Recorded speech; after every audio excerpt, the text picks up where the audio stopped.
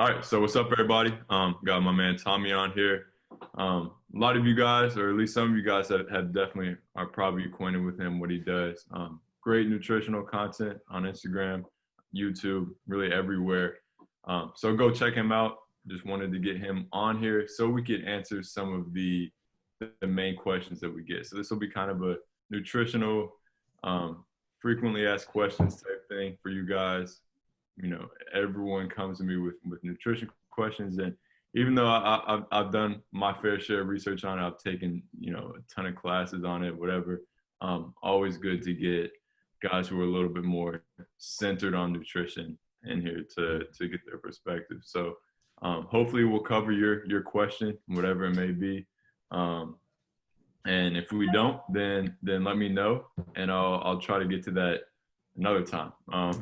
We can do a part 2 or whatever it may be. Oh, so yeah, for sure. Yeah, 100%. So we'll answer probably. I mean, we have about 10 questions, but it's going to be, you know how we can be, kind of expanding into different topics and stuff. So I'm sure you'll at least get some of your questions answered. So I'm excited to get it going. All right. So first question right here. Give kind of just like and Tom, you can start off on this one. An outline of what a caloric deficit and what a caloric surplus are, what they do, when one would want to be in one or the other, and just kind of outline that, because we're going to be referring to surpluses and deficits a lot throughout this Q&A. So just kind of give an outline of what those are, what they mean, when one would want to be in them, whatever it may be. Yeah, so that comes back to just the overall principle of energy balance and just the reality that we take in energy via food and we expend energy via a number of different factors. I'll get into those in a second. But you take in energy via food and you expend energy. A caloric surplus is when the energy you take in via food is more than the energy you're burning. So you have energy left over. And that's crucial for like muscle gain and feeling performance and things like that. A deficit is on the other side where the energy in is less than the energy that you're burning, which requires your body to tap into its stored energy, which typically your stored energy is body fat or carbohydrates. In the case of a calorie deficit, stored body fat, you tap into that, that's how you lose body fat. So in terms of when one would be appropriate versus the other, if your goal is performance, like really maximizing performance or muscle gain, you're going to want to be in a surplus. If your goal is to lose body fat, you're going to want to be in a deficit. Now, with both those things, though, don't take that and just run with it and say, okay, I want to put on muscle, so I'm just going to eat like crap and eat a bunch of extra calories, like 1,000, 1,500 extra calories a day. That's not really the case, but being in a moderate, like 500 calorie surplus is a good place to start. And same thing in the opposite direction. You don't want to drastically cut calories because then you're just going to lose a bunch of muscle and it's not going to be a good look. But overall, to achieve that fat loss, you're going to want to be in a pretty decent calorie deficit to get that going. So that would be like the situations where those would be called for.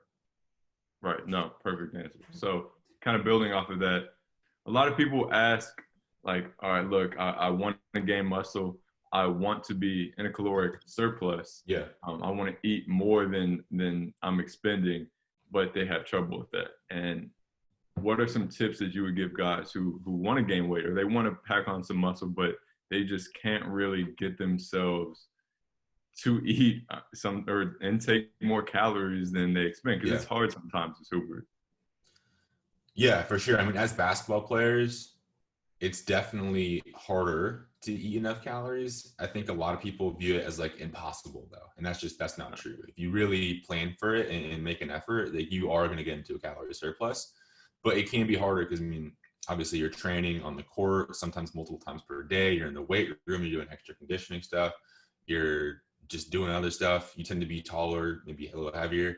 So all those things contribute to a higher calorie expenditure, which can make it difficult to get into the calorie surplus. And oftentimes you'll see Hoopers need to eat upwards of 3,000, 4,000, and even 5,000 in some case for bigger guys, calories to actually get the muscle growth process going. Now, in terms of making that happen, because I agree, it's very easy to sit here and say, oh, just get into a calorie surplus. But it's like, okay, how do I actually do that? As with any like nutritional intervention or something like that, you always want to start with like the simplest thing first. A lot of times people love to look at the more complex things and like, oh, I need to start there with this crazy, complicated strategy that actually doesn't really do all that much. And it leaves you feeling frustrated, like, why is this not working? So when you're first getting started trying to get into a calorie surplus, the first place I like to look at is how many meals are you eating per day? Usually, most hoopers that I've talked to are eating somewhere between 2 to 3 meals per day, maybe 3 meals per day consistently if we're lucky. But very rarely are they getting 4 or 5 like full meals in per day. Now, if you're getting less than 3 meals in per day, get yourself up to 3 meals per day first. If you're already at 3 meals per day and you're still not seeing any progress, or you're still not seeing any weight gain or muscle gain happening, then bump that up to 4 to 5 meals per day. So long story short, take inventory of how many meals you're eating per day currently, and then just add to that. And really, that's a good way to easily increase your calorie intake, because if you go from eating 2 meals a day to 4 meals a day, you're probably going to increase your calorie intake, unless you like actually plan out and don't change the overall intake and like are actually planning that out, which you probably aren't. You're probably going to increase your calorie intake and make it more likely that you're in a calorie surplus. For a lot of people, that's enough to get the ball going in the right direction. For some people, though, maybe your calorie expenditure is just very high, and even that doesn't really get things going in the right direction. That's when I would then look at potentially tracking your calorie intake for a little bit, just to get some objective data around where things are actually at. Is really the gold standard in terms of making sure you're actually eating the right amount of food, whether your goal is muscle gain, fat loss, anything in between, is to actually have numbers around that data. So if you try the thing with the meals and it's like, okay, things still aren't working, I don't know what's going on, I would then track your food for just a couple of days, just to get an idea of how many calories you're eating now. And oftentimes that'll be pretty eye-opening. And you'll probably realize, oh, damn, like, yeah, I'm not eating enough calories. I'm only eating 2,000 calories. I should be eating 4,000. And that'll give you that data that you need to realize, okay, I need to eat more food. Then on top of that, once you realize, okay, I do need to eat more food, then the question becomes, how do I actually eat more food? I'm not really that hungry. I don't want to stuff myself. I feel kind of gross like when I try to eat that many calories. And in that case, you're going to want to work your calories up incrementally. Like, don't go from 2,000 to 4,000 right away. That's not going to end well. It's just going to be uncomfortable. Your metabolism may have slowed down a little bit from being in that low calorie state. So you might actually lead to some excess weight gain that you don't really want by doubling your calories or drastically increasing your calories like that. So you'll want to kind of slowly increase. I like to go for basketball players like 200 to 300 calories a week as a starting point, because then you're burning a lot anyway. So you're probably not going to put on any like excess weight. So I would go with that and then see how your body responds. And if your body responds well, then maybe increase more rapidly, like for example, 500 calories per week, until you get to that point where you're finally eating enough calories. And that way you should see progress along the way, but it won't be so overwhelming or uncomfortable or this big challenge to try to eat as much calories, because as you increase your calorie intake, your appetite's going to increase too. And that kind of makes it easier to achieve that. So I would start off with the meal thing. Really, a lot of people just need that, and that helps get things going in the right direction. And then if that really just isn't working, I would then progress to tracking and actually getting that data around like how many calories you're eating and whatnot. Yeah, I think tracking is always like a something you don't. I wouldn't say it's vital, but it's something that you can resort to if you really want to dive deeper into where you could be going wrong, or where not necessarily going wrong, but what you could be doing better. So like MyFitnessPal, all these apps, and they make it easy too. So try it out.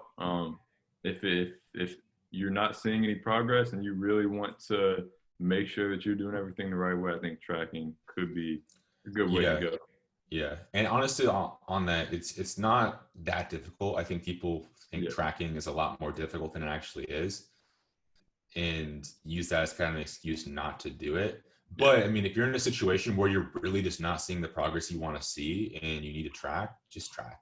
Yeah. There's like a million different tutorials on YouTube. It's super straightforward.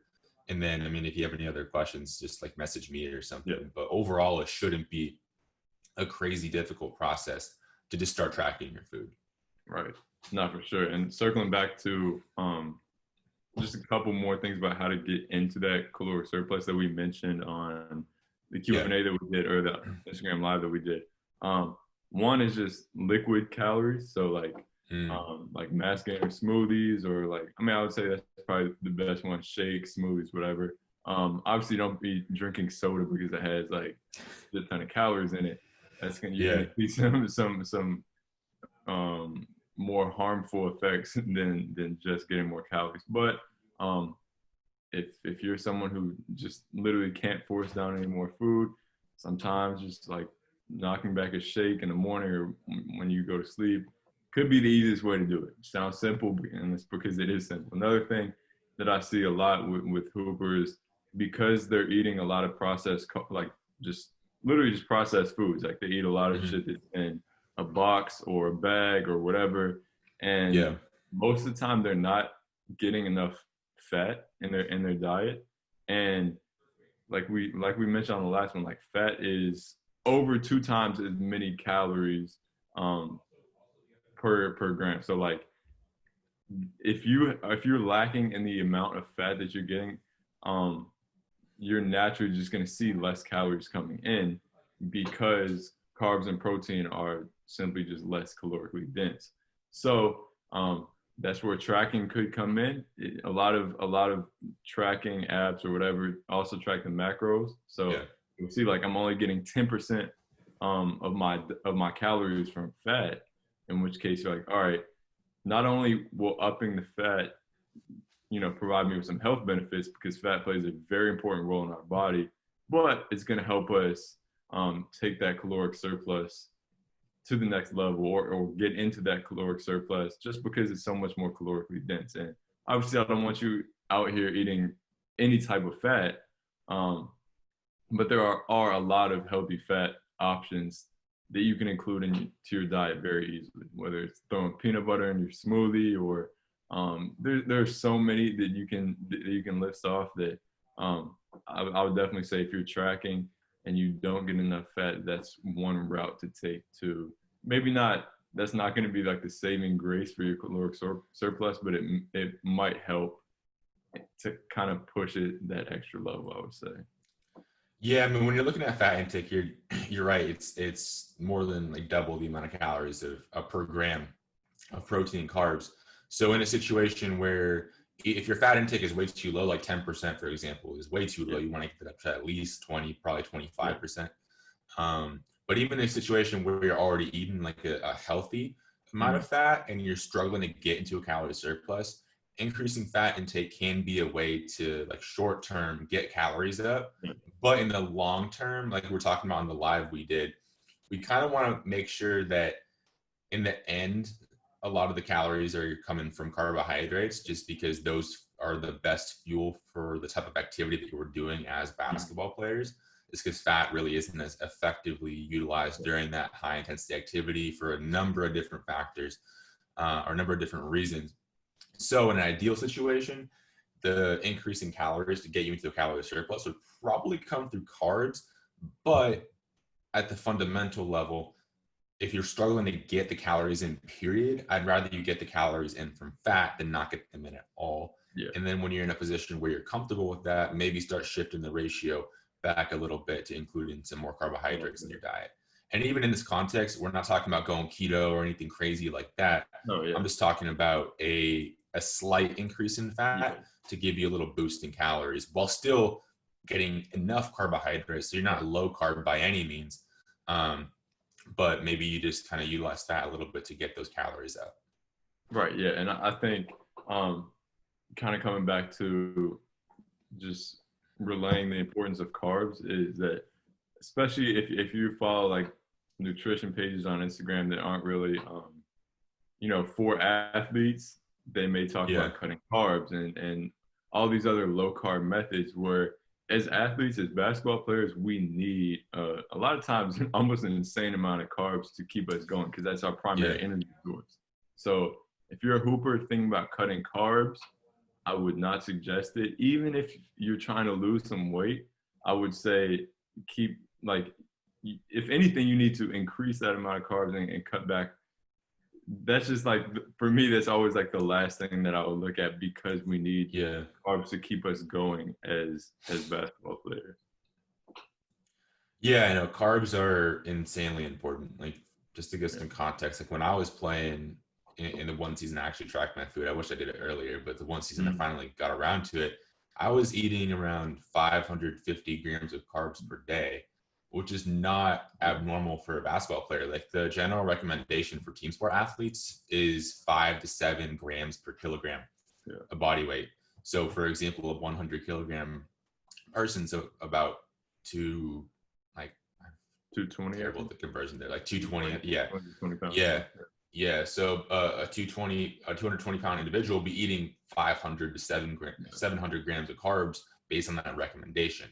So as a basketball player, especially if you're in season, I mean, obviously if you're in the off season, or maybe you're still in quarantine, you're not really doing much, don't go and eat 700 grams of carbs.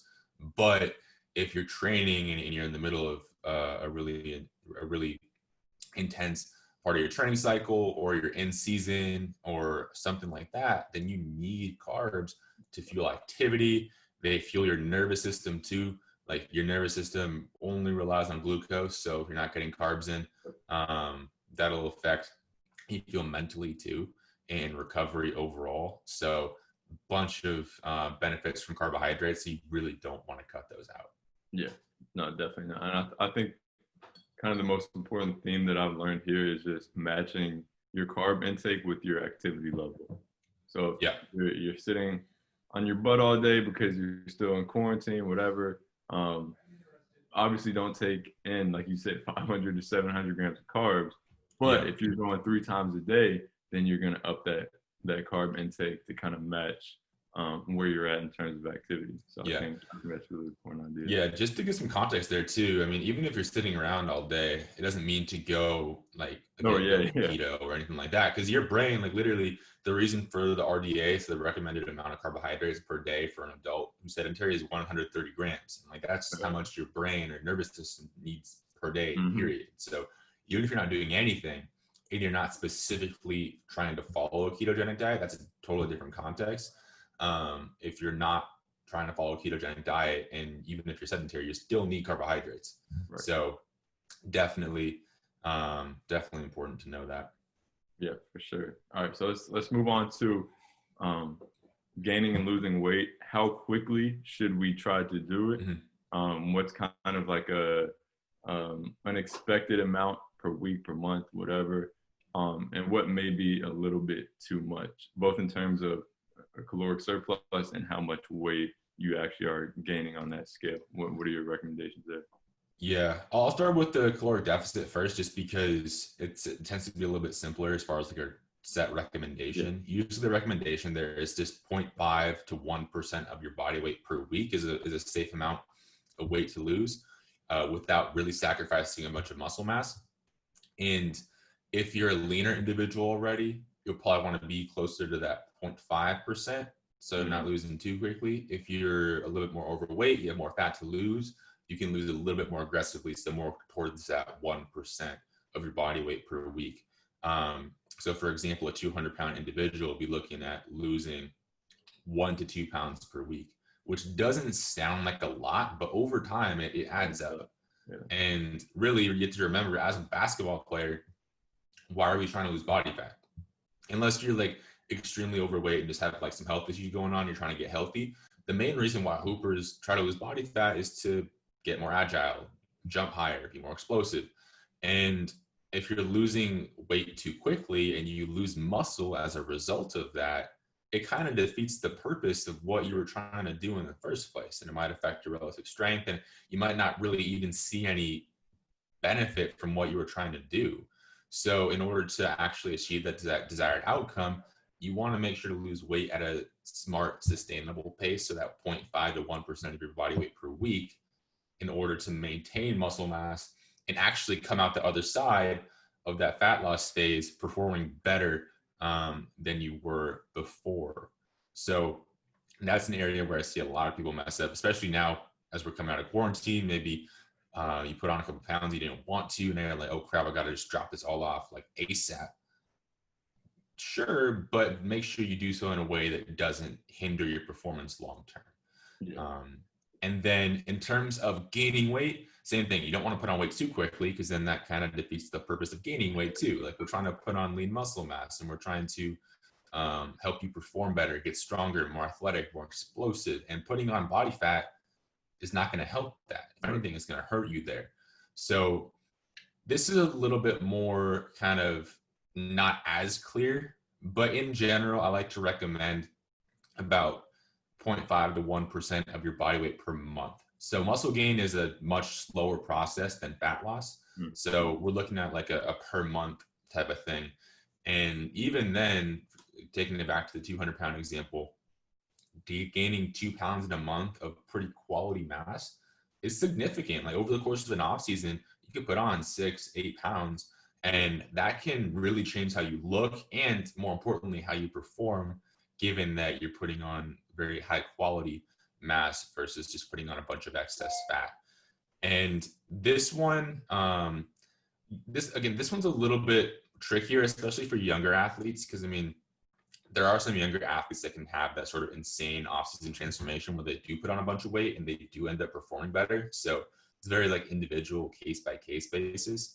But in general, a pretty safe rate of weight gain will be that 0.5 to 1% of your body weight per month. Yeah, no, for sure. And talking about like the younger athletes or pro athletes, like you see Oh, and all the also time. I think this is important to mention for younger athletes. Sorry to cut you off, but No, you're good. when you're going into a deficit, if you're a teenager listening to this, or like you're still growing up and you're still in the growth and development phase, and you're not like very, very overweight and like have health issues going on, please like don't go into a calorie deficit. You probably don't need it.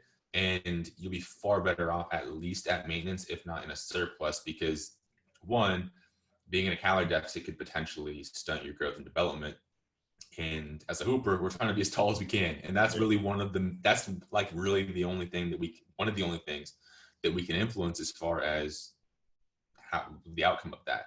A lot of people wonder like, how can I get taller? It's like you can't really do anything to get taller, but you can do things to make sure that your full like genetic potential is expressed. And one of those things is not unnecessarily cutting calories. So there's that, and then also the fact that like when you're a teenager, you're primed to put on muscle mass, and if you actually get this right during your teenage years, that can really set you up for success far beyond that. So sorry to cut you off, but I think that's No, just a really important thing for people to understand. no, for sure. And I think looking at like, so let's say you are a teenager, let's say you're 14, 15, one Yeah, of your teammates puts on like 10, 15 pounds in the off season, they come back looking jacked, and yeah, then you're like, all right, I'm just gonna eat a shit ton until like, be in a crazy caloric surplus so I can pretty much do what they did. And their hormones, like they may have been, prepared for a 10 pound, because they're in a growth spurt, they may have been mm-hmm. prepared for a 10-pound gain anyways. They lifted, they were in a caloric surplus, so they put on the extra 5 pounds of muscle. But it's kind of hard as a youth athlete to look at your peers and look at your teammates and kind of use them as a standard. Like there's so much that's going on with your body during that adolescence period that like Yeah, kind of your own person, you may hit that growth spurt next year, but putting on a bunch of excess weight may lead to you feeling a little bit sluggish, like or on the court like yeah, a little bit slower that next season until you hit that growth spurt or whatever. So don't as a young athlete, don't kind of take everything with a grain of salt in terms of your teammates and everything. And then on the flip side of that, you see pro athletes all the time. Like some the other day, like John Morant said he put on like 12 pounds of muscle and oh yeah, I saw that. and it's like again, they can say that, but whether they actually do it or not, that's as a young athlete, you shouldn't be looking at that and being, all right, I want to gain 12 pounds of muscle in 3 months like he did, because chances are that's not very realistic. And I doubt that's probably the case anyways. If it is, then good for him. But either way, he's going to have some adjusting to do for that. Because I always say, and I know you said you have a study that pretty much replicates this, is that if you gain weight too quickly and you're not adding relative strength, it's essentially like putting on like a 10-pound weight vest and just putting yourself on the court with 10 extra pounds on you, obviously it's different because it's evenly distributed and everything, but Yeah. you're going to feel a little bit slower. You're going to have some adjusting to do. And that's the importance to me of taking it slowly, whether it's weight loss or weight gain, because our bodies are not meant to leave homeostasis, which is basically our set point. We're not meant to leave that too far one way or the other. And when we do, not only not only is our performance on the court going to be skewed and thrown off a little bit, every other process in our body is going to be thrown off, and then our metabolism, like, really shit. There's so many things that can really be byproducts to trying to gain or lose too quickly that I would not suggest.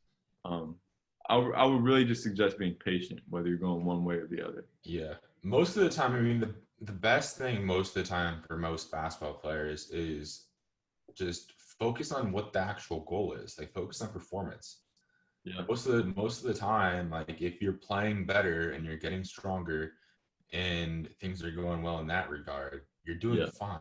It doesn't really matter how much weight you put on. Like, of course, if you're trying to put on muscle mass and you really need to do that, maybe a coach told you he wants you to put on some muscle or something like that.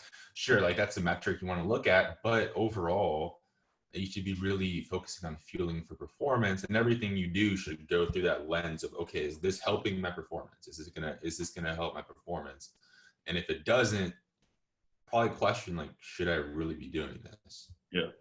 No, for sure. And that's one of the other questions that I wanted to cover is, like, a lot of players will be like, all right, what's my ideal weight? How do I find my ideal weight? And I think this goes back to what you were saying, where everything should be based off of performance. So your ideal weight may be, 170 pounds, so and so percent body fat. A coach may tell you you need to put on 10 pounds of muscle because they don't understand the process. They don't understand all the Yeah. implications. That next thing you know, you're 180 pounds. He likes where you're at, but you don't like where you're at.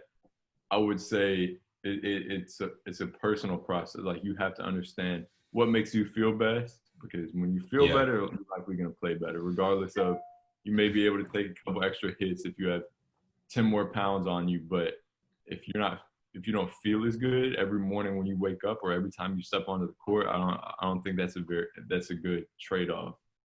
So Yeah. experimentation for me, I think everyone who once they get a little bit older and they kind of reach that, like, set, like, they're not growing, they're not putting on weight, and just through the growing process, I think everyone kind of has that time when they're like, all right, I feel a little bit too heavy, let me cut back a little bit, or I feel a little bit too light, like, let me just chill a little bit, eat some more, and Yeah. then eventually just understand where that it's going to take some trial and error, but understand where that optimal range is. It's not going to be a certain, like, 173 pounds. Like, it's going to be a range. Yeah. You're always going to Yeah.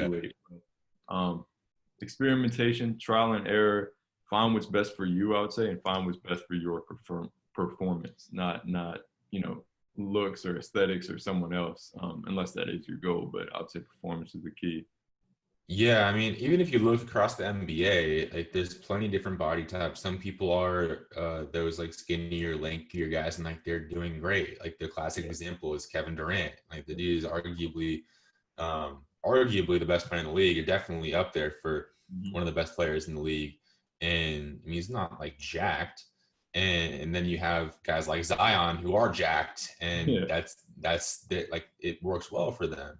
So, I mean, there's plenty of different examples of players playing at the highest level that are different and varying. So don't get so caught up in trying to achieve this one particular body type, because, I mean, that might not be what works best for you. It's all about, like, what you feel best at, like you were just saying.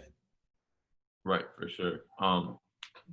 So let's kind of shift the topic a little bit.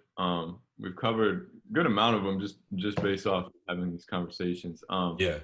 But we will shift a little bit over to, like, the non-nutrition side. I mean, yes, nutrition, non-food side. Get a little bit into supplements, what you should be drinking, when you're working out, when you're not working out. So first one right here, we covered this good amount on our Q&A. What should we be drinking while we're working out before we work out, but mainly during our workouts, what should we be intaking? Should be sports drink, water, whatever. What are your thoughts on that? Yeah, so I like to break this up into like three different categories. One being short duration and low intensity. Yeah, If your workout is less than 45 minutes to an hour long, and or it's a low intensity workout, like you're just shooting around, it's nothing too intense, maybe just like a tune-up workout, you're probably not going to need a sports drink. Like yeah, you're not burning through a bunch of your stored carbohydrates. You're pretty much in an aerobic state, and ideally, if you're in an aerobic state using your aerobic energy system, you're burning primarily fat. So you're not going to be needing to refuel a lot of your carbohydrates. So taking in a bunch of Gatorade and just chugging a bottle for the sake of chugging a bottle isn't really going to do much for you, and it might not be the best thing. Now, if it's kind of like that medium intensity, medium duration, high intensity type of workout, like 45 minutes to an hour, like your typical skill workout where you're pushing yourself like pretty hard, in that case, you could probably benefit from having some sort of sports drink or a carbohydrate drink or coconut water, whatever source of carbohydrates you prefer. You'll probably benefit from something like that in that situation. Um, Again, it depends on the goal too. If you're trying to be in a calorie deficit for the day, like if you're in a fat loss phase, you might not want to spend calories on a sports drink. But assuming performance is the goal and you have plenty of calories to work with, I would be okay with you using a sports drink during that time, and I would say it'd probably be beneficial.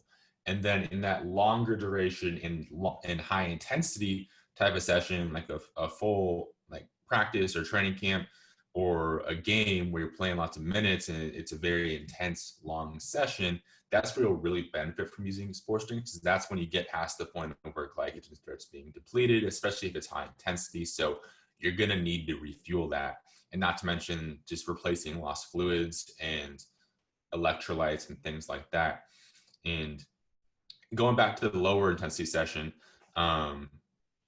sometimes people will benefit from having something with electrolytes in it. So yeah, with that, you could either just add like a pinch of salt into your regular water, or if you enjoy the taste of sports drinks and that just makes it easier for you to get your hydration in, you could also do a 0 calorie or like one of those like sugar-free sports drinks. I think it's like G2 or whatever it's called now. I forget what the name is, yeah, but one of those could be a good option if you don't really want to use calories in that case, or you don't really need the extra calories in that case. That could be a good option to hydrate yourself and get some electrolytes in if it's something you prefer.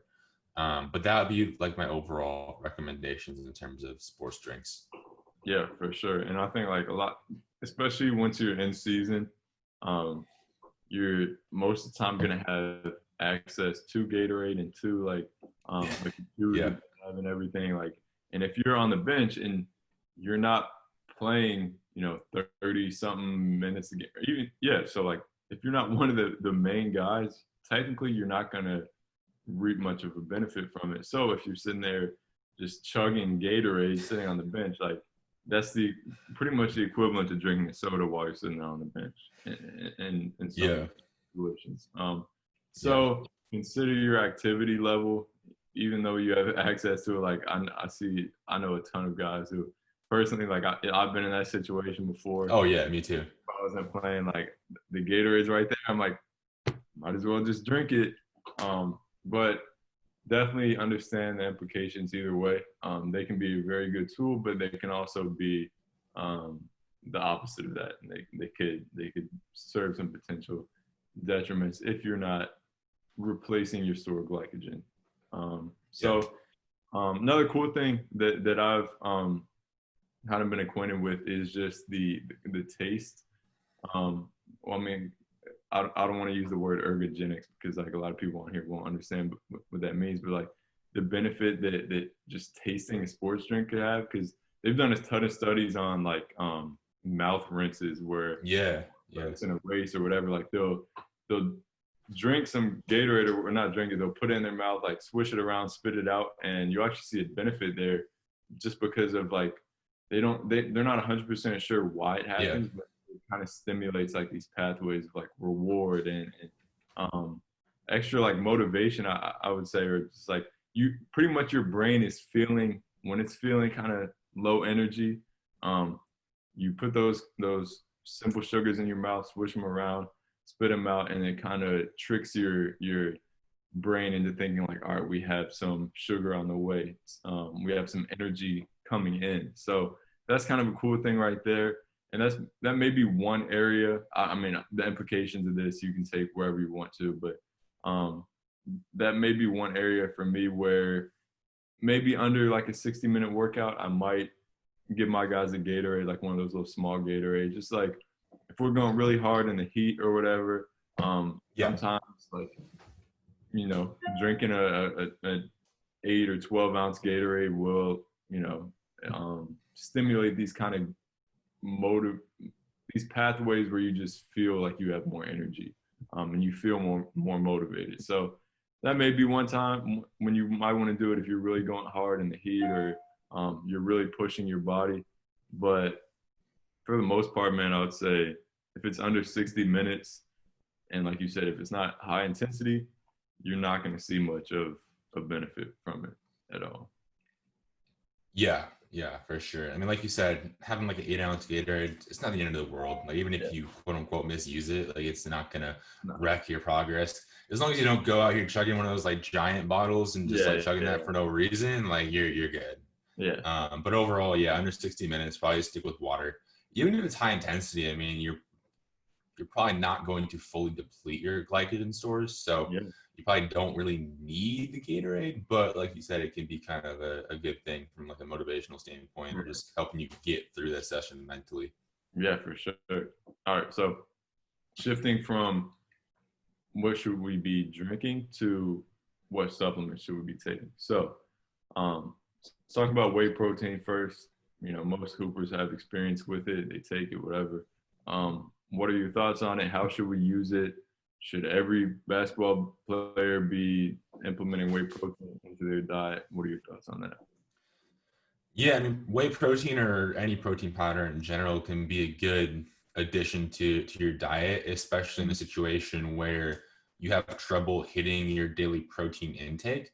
Um, like for example, going back to the example of someone who's 200 pounds, you're looking at 1 gram per pound of body weight. That's 200 grams of protein. For a lot of people, especially someone relatively new to like paying attention to their diet, that's a lot of protein. So it's going to be difficult to hit that from all whole foods.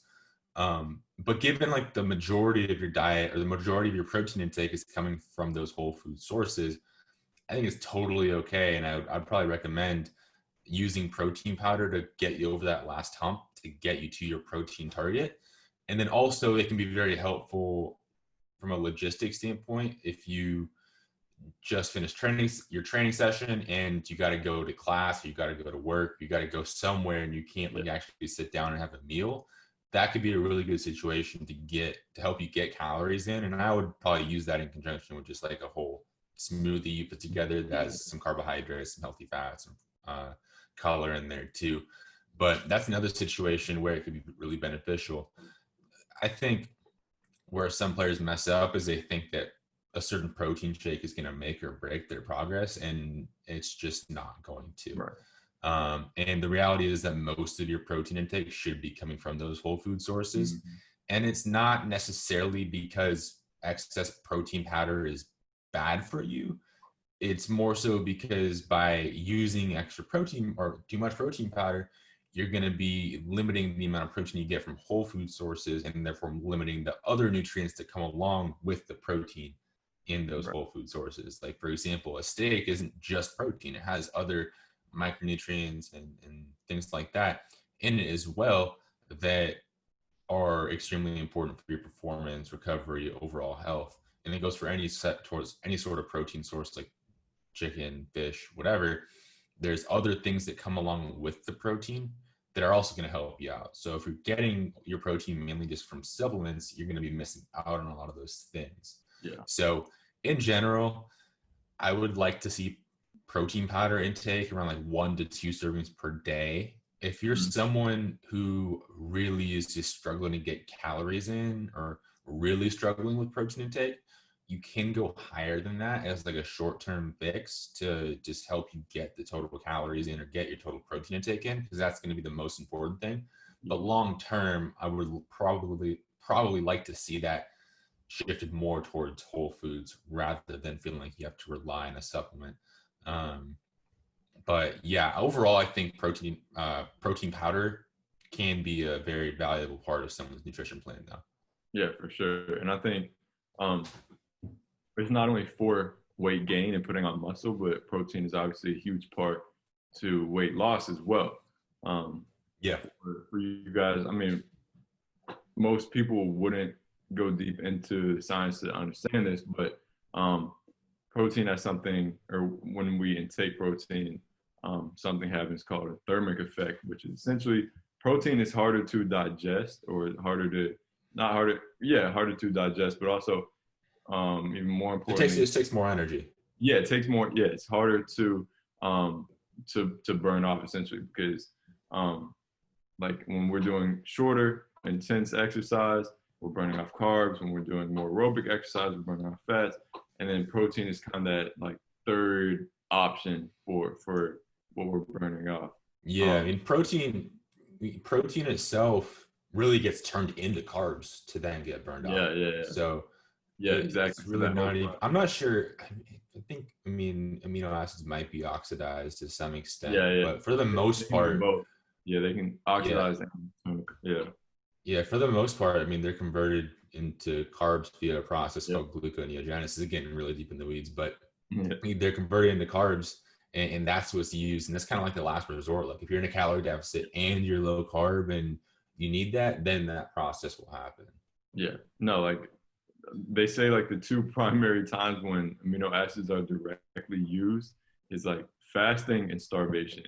And those two things are two things that you should not be doing if you're a basketball player. So Yeah, yeah, kind of relating that back, the whole process of in simplified terms, the whole process of breaking down and using protein as an energy source is a lot more complex. So it takes more energy to do this, and as a result, we're burning calories because we ate protein. Like it seems like it's too good to be true, but like um, the more protein you eat, obviously it's not going to be like 2,000 calories yeah. I burned. mean, there's a point of diminishing returns for Yeah, sure. yeah, no, for sure. But like the if you don't have proper amount of protein in your diet, you're not going to reap those benefits, which could be Yeah, pretty good implications, which could cause pretty good implications for weight loss. Another thing is that when you're losing weight, you want to maintain that muscle mass because it's metabolically active, which means that muscle is what is going to help us burn calories. So if you're losing muscle, not only is it going to decrease your relative strength, so not only are you going to get weaker, but you're taking away from the tissue that's burning calories in the first place. So your weight will go down, but the amount of calories that you're burning will also significantly drop.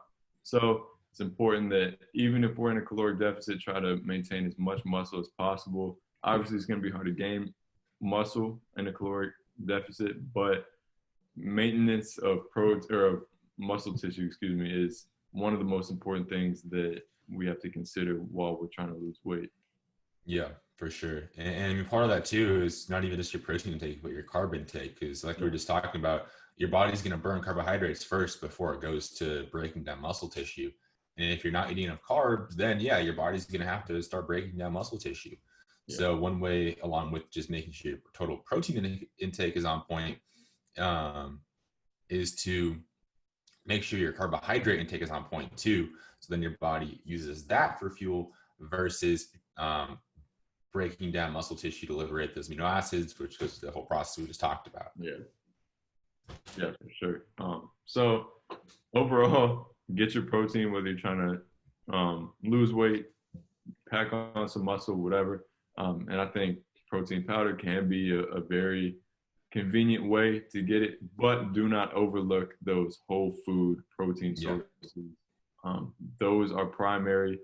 It's called a supplement for a reason. We don't want to replace anything. We want to supplement. So definitely look at your diet holistically before you just add in a protein shake to magically fix everything. Look at Yeah. what whole food proteins you're getting first. Let's talk a little bit about creatine.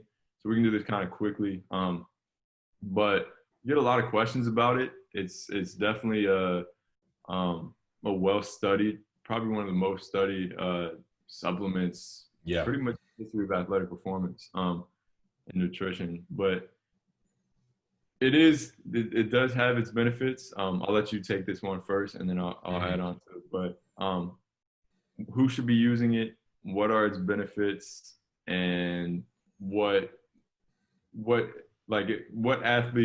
type of athlete would you suggest to maybe consider adding some creatine as a supplement into their diet? Really, I mean, most athletes and most people in general would benefit from, I think, at least experimenting with it and seeing if it works with them. Um, Based on the research, it's been shown to be extremely effective in terms of increasing strength and power, increasing lean muscle mass, and things of that nature. That's really the main purpose of it. There's also other benefits that are being looked at now, like neuroprotective benefits, even too, which is really interesting to see. But overall, it's been shown to be very effective and very safe. They're really, Yeah, unless you have other pre-existing conditions, like things going on with your kidneys or something like that. If you're an otherwise healthy person, there's really no risk to taking it, and there's a bunch of benefits. So I'm of the opinion that most people should at least try it. And if for whatever reason, some people anecdotally report feeling bloated or like it just doesn't make them feel good for whatever reason, it's not really super backed up in the research, but anecdotally, some people say that. If that happens, then just don't take it. It's not yeah, going to like hurt you, but if you don't feel good, obviously, then just don't take it. And then some people also tend to be what are known as non-responders. So maybe you take it and nothing negative is going to happen, but it just doesn't do anything positive for you. If that's the case, again, just discontinue it. But overall, I think most people would benefit from trying it just because it has been shown to be so effective and relatively safe. And there really is no negative to taking it. And then if for whatever reason it doesn't work for you, whether you just don't really feel comfortable with the weight that you put on, because you might gain a little bit of weight as well when you take it. That's really the only quote unquote proven side effect is weight gain, and oftentimes that's what people are trying to achieve by taking it anyway. So or calling it a side effect is kind of yeah, strange. But um, if you don't want to put on that weight, then just don't take it. But overall, I would say it's very effective, it's very safe, and most people would benefit from at least experimenting with it. yeah, no, for sure. Yeah, I mean, I agree. I think the only time when I wouldn't suggest it is if someone is at like that ideal playing weight, they're not really too worried about gaining weight or putting on some muscle.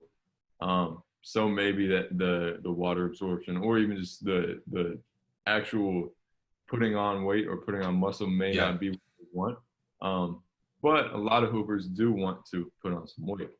And I would say more struggle with wanting to put on weight than losing weight. So in that case, go for it. At least, like you said, experiment to it. Yeah. You may not respond to it, but we're gonna I say, think also something that is important is really the main benefit.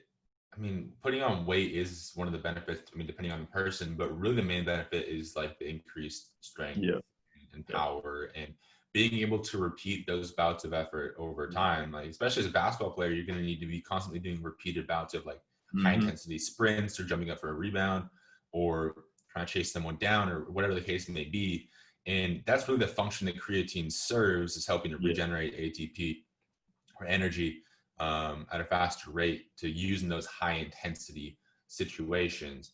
right, And that really is where the main benefit is derived yeah, for athletes. And that's where most basketball players probably benefit from taking it. And then right, the weight gain is something that you just got to consider. Is it something you want, or is it something that would negatively affect you? If that's the right. case, then don't take it. But for the most part, um, there's a lot of benefits to be had from taking it. Right. Yeah, for sure. And I think the weight gain is not going to be anything crazy. Like you're not going Oh to. yeah, you're not going to gain like 20 pounds in 3 weeks or Yeah. whatever. Yeah. No. Exactly. Yeah. And so yeah, no. The just like the regeneration of ATP is the primary benefit, and just to kind of simplify it for you guys, like I always use this is just like literally the most simple kind of context of understanding is like if you're doing 10 sprints and you, let's say subject one is not on creatine, subject two has been implementing like 5 grams of creatine, it says supplement per day. Yeah. Once you get up to like that sixth, seventh bout or like sprint or whatever, subject, I think I said two was on, yeah, subject two is going to Yeah. be able to push a little bit harder. Again, it's not going to be anything magical, like no supplement, no food, and we'll get into that later, is going to be able to do anything magical for you.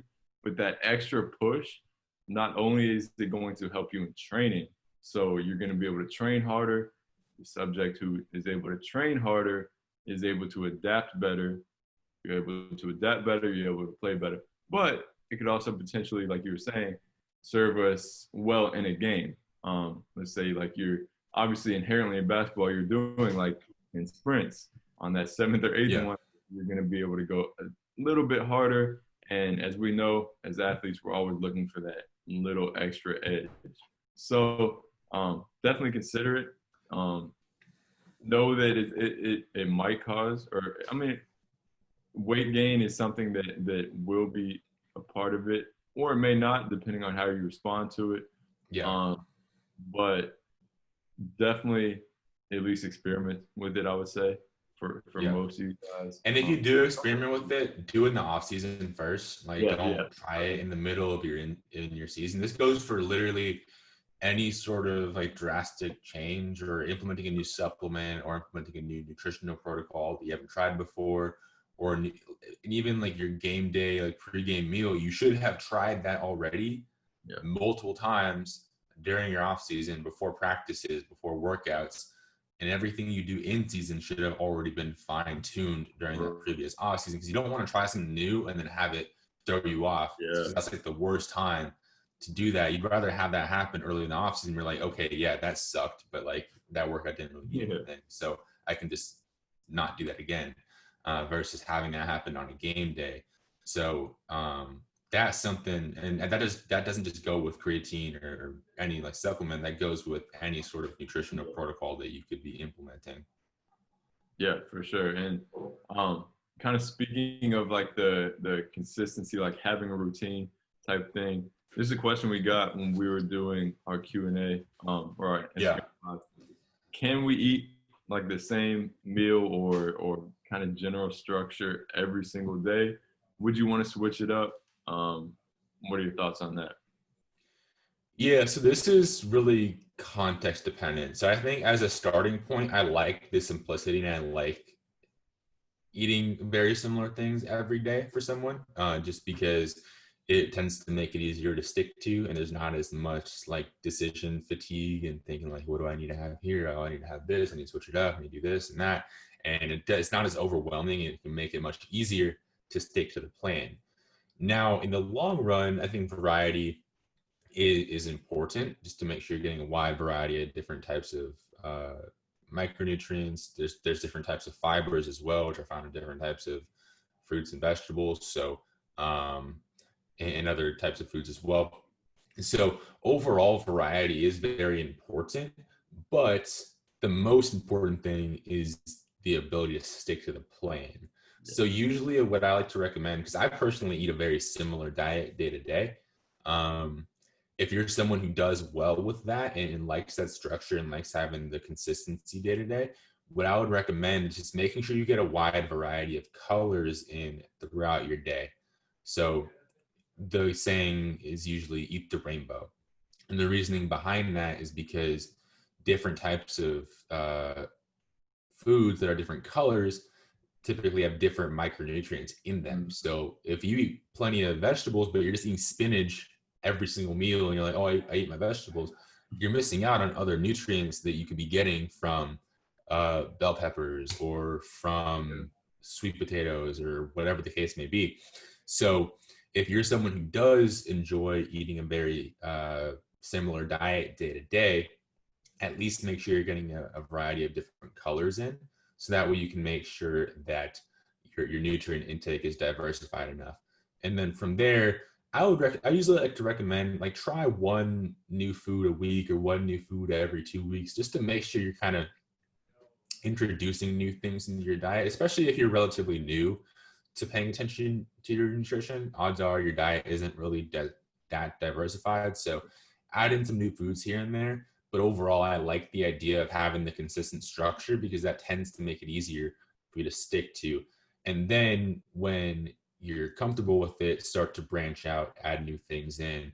But as long as you're getting your different colors in and overall have a decent variation, you don't have to go crazy with it and have like a bunch of different new foods every single day, every single week. Yeah. All right, cool. Perfect answer for that. Last thing we'll cover, and you mentioned like eat the rainbow. And I know you have like a ton of little, like you mentioned like the plate diagram model last time. Yeah. So just like little tips like that, or like little kind of ways to remember some important components of your nutrition, and just kind of like the things that the takeaways that people can like really remember as they go throughout this journey, this nutritional journey. Yeah. So I would say number one, just eating 3 to 5 meals per day consistently is one thing that if you walk away from that and actually implement that, you'll be in a pretty good spot. Um, and then eat the rainbow is another one. I like that one a lot. And then in terms of hydration too, which is really overlooked, underrated, but it's one of the most important things you could ever consider with your nutrition. Your body weight divided by 2 ounces of water. So for example, the 200-pound person that I've been referring to this whole Q&A would be theoretically drinking 100 ounces of water. And that'll put you in a pretty good spot. Obviously, if you have training that day, you're going to want to drink more water to make up for the fluid losses of that training. Typically, that's like 15 to 20 ounces of water per hour. But as a rule of thumb, body weight divided by 2 ounces of water, that's one that I like. And then in terms of the whole plate diagram that we're talking about, there's different variations of that depending on the intensity. I would say for most of the people watching right now who maybe are just trying to perform and don't really want to put on a bunch of muscle or put on weight, just make sure a third of your plate is coming from protein, a third of your plate coming from starchy carbs, a third of your plate coming from color. That'll put you in a pretty good spot. If you're trying to put on weight and you're someone who has been struggling with that, or you have a really intense training schedule right now, or maybe by the time you're listening to this, season has started back up and you're playing games, you would want to shift that a little bit and still have those same components, but instead of the 1/3, 1/3, 1/3, you'll go with 1/2 of your plate from starchy carbs, 1/4 of your plate from protein, 1/4 of your plate from color.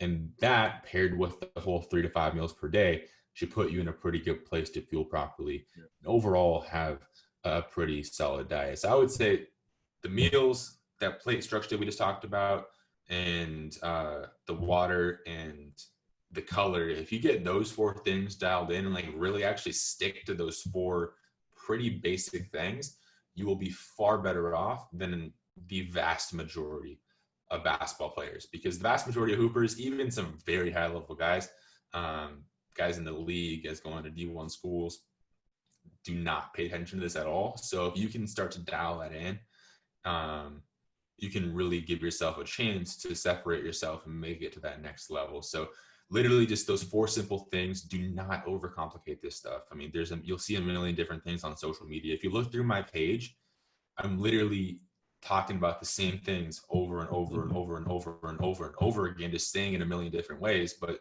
it's very similar stuff from day to day, is because the basics work. There's no like fancy miracle supplement or nutritional protocol or like nutrient timing strategy that's gonna change your life, at least not that we know of yet. Just it's the basics. So if you can stick to those 4 basic principles that I just outlined right now, you'll be good. Perfect answer for that. So I think simplicity is key. The few takeaways that I get from this is one, be patient with it. So don't try to take anything too fast, whether it's weight gain, Yeah. weight loss, adding calories, subtracting calories. Don't, be patient with it. Don't expect a 15-pound gain or loss in a week. Just Yeah. really On have. that though, on that, like the idea of progress and how quickly it should happen, sure, you might not gain weight that quickly, but really if you go from not fueling properly to fueling Yeah. properly, you'll Mhm. notice it in your performance very quickly. That's the cool thing about nutrition for basketball players is that, or any athlete for that matter, you notice performance differences relatively quickly when you start fueling properly.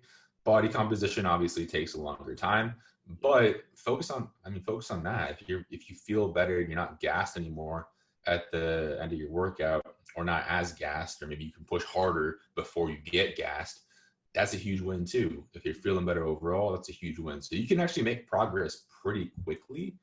It's just a matter of how you look at that progress. People are way too caught up in like, oh, I didn't put on weight this week. Oh, I didn't lose fat this week. Like, yeah, but you're playing better, and that's the entire purpose of what you're doing as a basketball player right now. Yeah, not for sure. And I mean, yeah, like you said, it's one of the coolest things. Like even day to day, like when I don't eat well for a day, the next day I won't feel Yeah, as primed. I won't feel as fueled up because it plays such an immediate role in how we feel, and especially our energy. Just like micronutrients, macronutrients, all of it will play a direct role in how you feel, especially the next day, but even the same day in which you yeah, eat. So you're gonna feel that immediate response, but definitely the body composition you have to understand will take a little bit of time because your body isn't that malleable to the point where you're just gonna be like, all right, I'm gaining 10 pounds of muscle in the next week. Just yeah, in that first. Um, yeah, and then the next thing I kind of take from it is it's a little bit more simple than you think. Like a lot of people, and this is natural because you hear so much information coming from so many different directions on nutrition. yeah, But the principles are generally the same for regardless of who's saying it because most of it's tried and tested. It's been through so many years of research and the main principles stay the same. And if you yeah. kind of hold true to those, you're gonna, like you said, be better than the vast majority of Yeah. other. I mean, the things that we know 100% work are for the most part pretty simple. Yeah. There are a lot of like really interesting strategies and different like kind of obscure things that sound cool, and people on social media, even researchers that want to like push a certain product or something, Yeah. can make it sound like, oh, this is like this new thing, and there might be some like a thread of truth to it, but there's still so much we don't know about it that like we don't really know if it's actually going to benefit you that much. Yeah. So there are some really cool things like that could potentially be things in the future. They could actually be like one of those fundamental principles in the future when more research is done on it. But there's just so much we don't know that it doesn't really make sense to make those claims. Yet, if you look across social media, there's so many people making these random claims about certain things. And it's just like, it's very easy to get caught up on that, especially if, I mean, you're not doing research in nutrition all the time and trying to learn about this stuff. Yeah. No. Stay with the basics. And then anything on top of that is kind of extra. But those Yeah. basic principles should always be in place in terms of your diet. And I think most of those you covered in those four main keys that are really easy to remember too. So write those down, whatever. Follow them. That's probably the most. That's definitely the most Yeah, actually important. do this. I mean, you could listen to this. If you listen to this point and like you don't do anything we talked about, don't expect to like get the Yeah. results. I mean, that's the biggest thing with nutrition. Everyone knows what to do, but very few people actually do it. Like most players at the highest level who still eat like crap have probably had people in their ear telling them you Oh probably yeah. shouldn't do that, or like how to eat properly. Like you have a nutritionist working for your team, or just people in your ear telling you like you should probably do this, do that. Yet a lot of them don't do it. So Mhm. if you listen to this point, don't even do all 4. Like literally just do one. Whatever Yeah. one works, whatever one you could see yourself actually sticking to. If that's the water, cool. If that's getting 3 meals in per day, cool. If that's the different colors, cool. But like just pick one of the things, get that down, and then progress. Because the basics are simple, but simple doesn't necessarily mean easy. And the biggest thing is we got to put you in a position to actually stick to this stuff. So if it takes you a little bit longer to get used to following a certain thing and then progressing and then staying there for a little bit and then progressing some more, don't rush it. That's the biggest mistake people make with their nutrition, is trying to rush through all these different things. And some people respond well to that and actually do need to implement more things than once or than one at one time, just because that's how their personality is. But a lot of people will benefit from just picking one of those things, really hammering that home, and then progressing to the next thing, so on and so forth. And sure, it might take you a little bit longer, but you'll actually be sticking to it versus just trying the super complex strategy and wondering why you can't stick to it for more than 2 weeks at a time.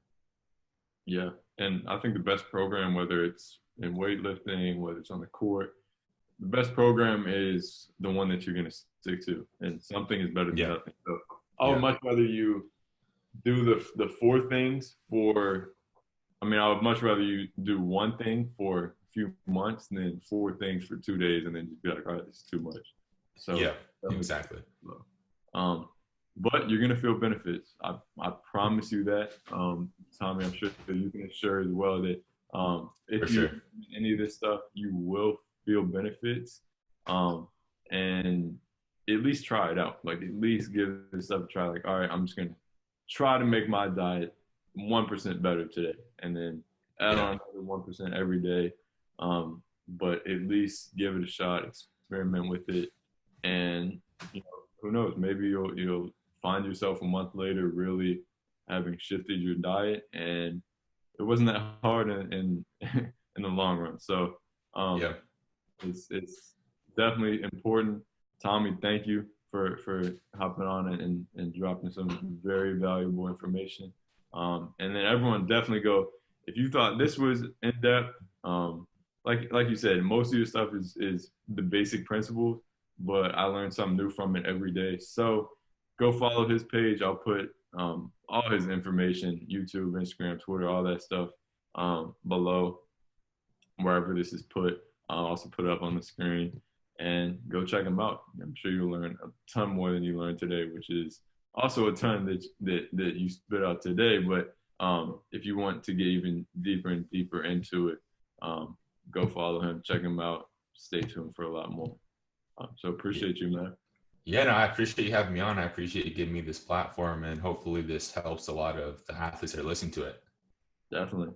Yeah, and like we said, like if one person takes this and ups their nutrition to the next level, that's cool with us. So be Oh that yeah. one person. Please at least try to be that one person. Appreciate you, man.